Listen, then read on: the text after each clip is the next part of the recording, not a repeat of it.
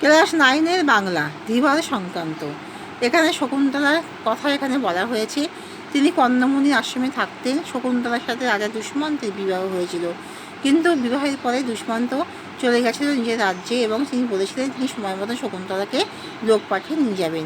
কিন্তু কন্দমুনি আসার পরে শকুন্তলা বহুদিন হয়ে গেলেও দুষ্মন্তের কোনো সন্ধান পেলেন না।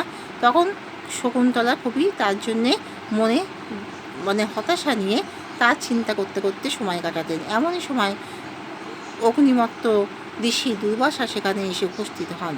তখন শকুন্তলা রাজার চিন্তায় এতটাই বিভোর ছিলেন যে তিনি ঋষির উপস্থিতিটা বুঝতে পারেননি। এতে ঋষি রাগে রুষ্ট হয়ে শকুন্তলাকে অভিশাপ দেন যে শকুন্তলা যার চিন্তায় এতটাই অন্যমনস্ক সে তাকে চিনতেই পারবে না। শকুন্তলা দুজন সখী ছিল, অনুসয়া প্রিয়াম্বরা। তারা যখন ঋষির পায়ে পড়লে ঋষি তখন তাদের কথায় একটু নরম হলেন এবং তিনি বললেন যে ঠিক আছে, যদি কোনো স্মৃতিচিহ্ন দেখাতে পারে শকুন্তলা তবে রাজা তাকে চিনতে পারবে। কিন্তু শকুন্তলা সেই স্মৃতিচিহ্ন একটা আংটি ছিল যেটা রাজা দুষ্মন্ত দিয়েছিল। কিন্তু যখন শকুন্তলাকে রাজার কাছে পাঠানো হলো তখন পথে সতীতীর্থে স্নান করানোর সময় সেই স্মৃতিচিহ্ন আংটিটি হারিয়ে যাওয়ায় রাজার দরবারে গেলে রাজা শকুন্তলাকে বিস্মিত হলেন, তাকে চিনতে পারলেন না। তখন শকুন্তলা রাজ দরবার ছেড়ে অন্যত্র চলে গেলেন। এদিকে একজন ধীবর, যিনি কিনা মাছ ধরেন, পেশায় একজন জেলে, তার জীবিকাই মাছ ধরা, সে রুই মাছ খণ্ড খণ্ড করে তার পেটের থেকে এই মূল্যবান আংটিটি পেলো এবং সে আংটিটি নিয়ে যখন রাজদরবারে দেখাতে এলো তখন প্রহরী এবং রাজসেবক তাকে নানাভাবে অপমানিত করলো। তাকে চোর বলে তাদের ধারণা হলো যে সে নিশ্চয়ই কোনো চোর, মূল্যবান কোনো সম্পত্তি সে চুরি করেছে, মূল্যবান আংটি চুরি করেছে। কিন্তু যখন সেই রাজসেবক রাজাকে দেখালেন তখন রাজার সেই স্মৃতি ফিরে এলো। তিনি শকুন্তলাকে মনে করতে পারলেন এবং ধীবর যে কোনো মিথ্যে বলছে না, সে যে চোর না সেটাই প্রতিপন্ন হলো।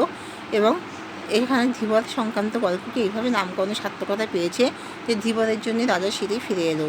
অর্থাৎ শকুন্তলাকে রাজা যে আংটি দিয়েছিল সেই আংটি রাজা শকুন্তলা সেই আংটি হারিয়ে ফেলেছিল। যখন শকুন্তলাকে ঋষি দুর্বাসা অভিশাপ দেন যে শকুন্তলা যার চিন্তা অন্যমনস্ক বিভোর, সেই রাজা শকুন্তলাকে চিনতে পারবে না, তখন অনুসয়া প্রিয়াম্বরা এবং শকুন্তলা এবং কন্দমুনি সকলেই নিশ্চিন্ত যে রাজার স্মৃতিচিহ্ন আংটিটি আছে, এই শেষ স্মৃতিচিহ্নটি। কিন্তু যখন সতীতীর্থে সেই স্মৃতিচিহ্নটি শকুন্তলা হারিয়ে ফেলল অজান্তে, তখন রাজার কাছে সেই স্মৃতিচিহ্ন পৌঁছাল না। তখন রাজা শকুন্তলাকে বিস্মিত হলেন। কিন্তু একজন ধীবর, যে কিনা পেশায় একজন মাছ ব্যবসায়ী, মাছ কাটে, জেলে মাছ ধরে, সেই জেলে যখন মাছ ধরে মাছ কাটে তখন খণ্ড খণ্ড করা মাছের পেটের থেকে সেই আংটিটি পায় এবং সে রাজদরবারে দেখাতে যায়, কারণ রাজার নাম খোদাই করা সেই আংটি। তখন রাজসেবক, রাজপ্রহরী সকলেই তাকে ধরে ফেলে চোর হিসেবে এবং তাকে চোর প্রতিপন্ন করার চেষ্টা করে যে সে নিশ্চয়ই মূল্যবান রাজার আংটিটি চুরি করেছে। কিন্তু সেই আংটি দেখে রাজা যখন স্মৃতি ফিরে পায়, শকুন্তলাকে রাজা আবার মনে করতে পারে এই আংটির জন্য সেটা সম্ভব হয় এবং সে আংটিকে উদ্ধার করে একজন জেলে। তাই এখানে ধীবর সংক্রান্ত নাম সকলটি সার্থকতা প্রকাশ পেয়েছে। তোমরা সবাই লাইক এন্ড সাবস্ক্রাইবটা দিয়ে দাও।